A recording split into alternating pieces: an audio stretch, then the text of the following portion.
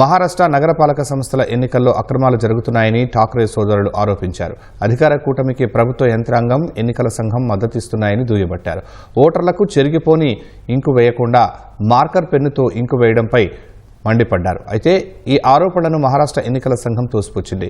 ముంబై పీఠం దక్కించుకునేందుకు బీజేపీ నేతృత్వంలోని అధికార మహాయుతితో ఠాక్రే సోదరులు పోటీ పడుతున్నారు. వారు చేసిన ఆరోపణలతో స్థానికంగా వాతావరణం వేడెక్కింది.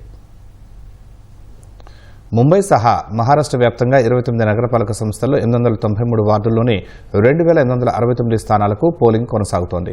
ముంబైలో 4 ఏళ్లు ఆలస్యంగా 9 ఏళ్ల తర్వాత ఎన్నికలు జరుగుతున్నాయి. నగరపాలక సంస్థల ఎన్నికల్లో అక్రమాలు జరుగుతున్నాయని ఠాక్రే సోదరులు ఆరోపించారు.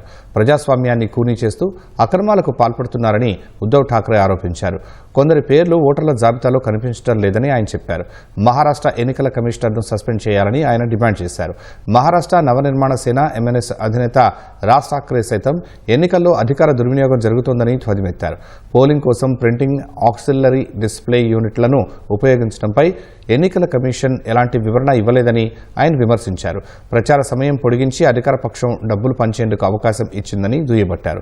ఓటు వేసిన వారి వేళ్లపై చెరిగిపోని ఇంకు వేయకుండా మార్కర్ పెన్ను ఉపయోగించడంపై ఆయన మండిపడ్డారు. వేలిపై వేసిన ఇంకు చాలా సులభంగా చెరిగిపోతుందని చెప్పారు.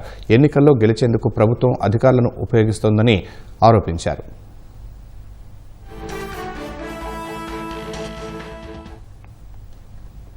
ఆరోపణపై మహారాష్ట్ర ఎన్నికల సంఘం వివరణ ఇచ్చింది.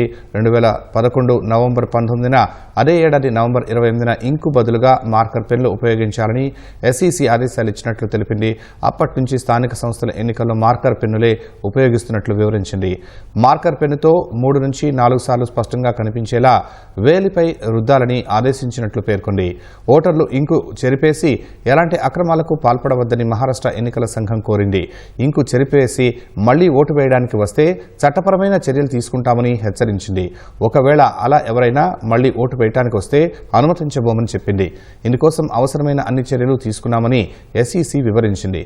మహారాష్ట్ర నగరపాలక సంస్థల ఎన్నికల్లో ప్రముఖులు ఓటు వేశారు. మహారాష్ట్ర సీఎం దేవేంద్ర ఫడ్నవీస్ కుటుంబ సభ్యులతో కలిసి వెళ్లి నాగ్పూర్లో ఓటు హక్కు వినియోగించుకున్నారు. నాగ్పూర్లోనే కేంద్ర మంత్రి నితిన్ గడ్కరీ కూడా ఓటు వేశారు. మరో కేంద్ర మంత్రి పీయూష్ గోయల్ కూడా ఓటు హక్కు వినియోగించుకున్నారు. థానేలో శివసేన నేత, మహారాష్ట్ర ఉప ముఖ్యమంత్రి ఏక్నాథ్ సిందే ఓటు వేశారు. బాంద్రా ఈస్ట్లో ఉద్దవ్ ఠాక్రే కుటుంబ సభ్యులతో కలిసి వెళ్లి ఓటు హక్కు వినియోగించుకున్నారు. దాదర్ ప్రాంతంలో ఎంఎన్ఎస్ అధినేత రాజ్ ఠాక్రే కుటుంబ సభ్యులతో కలిసి వెళ్లి ఓటు హక్కు వినియోగించుకున్నారు. పుణేలో కేంద్ర మంత్రి మురళీధర్ మహోల్ కుటుంబ సభ్యులతో కలిసి వచ్చి ఓటు వేశారు. నాగ్పూర్ మహల్ ప్రాంతంలో RSS chief Mohan Bhagwat vote హక్కు వినియోగించుకున్నారు.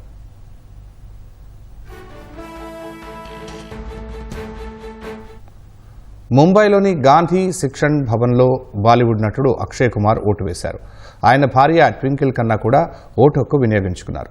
నటి శ్రద్ధా కపూర్, సనియా మల్హోత్రా, భాగ్యశ్రీ, ఇషా కోపికర్ కూడా ఓటు వేశారు. నటులు అమీర్ ఖాన్, సునీల్ శెట్టి, నానా పటేకర్, పరేష్ రావల్, సంగీత దర్శకుడు విశాల్ దాల్దాని కూడా ఓటు వేశారు.